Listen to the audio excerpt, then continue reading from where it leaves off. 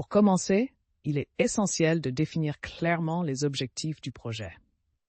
Les objectifs à court terme peuvent inclure des éléments tels que l'augmentation des ventes ou l'amélioration de la satisfaction client. Les objectifs à long terme peuvent être plus stratégiques, touchant par exemple l'expansion du marché ou l'innovation produit. Ces objectifs doivent s'aligner avec la stratégie globale de l'entreprise pour garantir la cohérence et maximiser l'impact.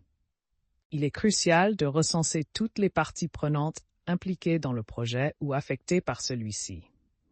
Les parties prenantes internes peuvent inclure les membres de l'équipe projet, les dirigeants et autres départements, tandis que les parties prenantes externes peuvent être les clients, fournisseurs ou partenaires.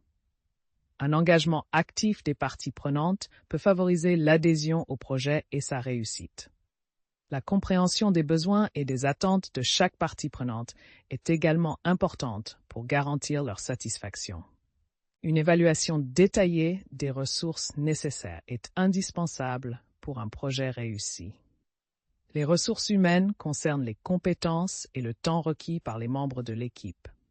Les ressources financières incluent le budget alloué au projet, couvrant les coûts éventuels et les investissements requis. Les ressources matérielles peuvent englober les équipements, infrastructures et outils nécessaires pour mener à bien le projet. Planifier convenablement ces ressources permet d'éviter les surcoûts et les retards.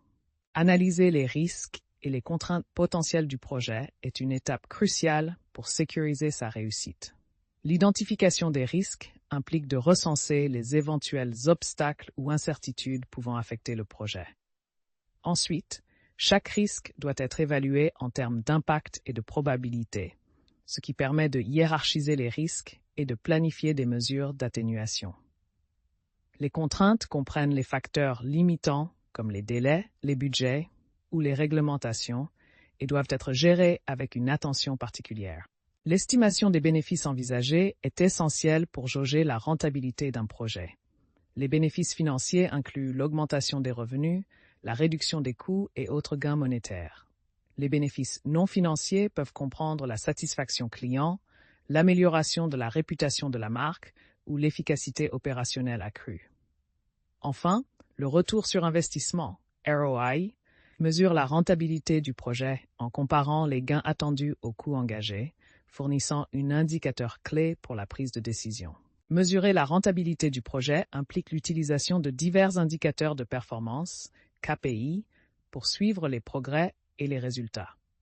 L'analyse coût-bénéfice compare les coûts initiaux et opérationnels aux bénéfices générés pour déterminer la viabilité financière. Il est essentiel de suivre régulièrement ces indicateurs et de faire des ajustements si nécessaire pour rester sur la bonne voie et optimiser la rentabilité du projet. Cette démarche permet de garantir l'atteinte des objectifs et la maximisation des retours.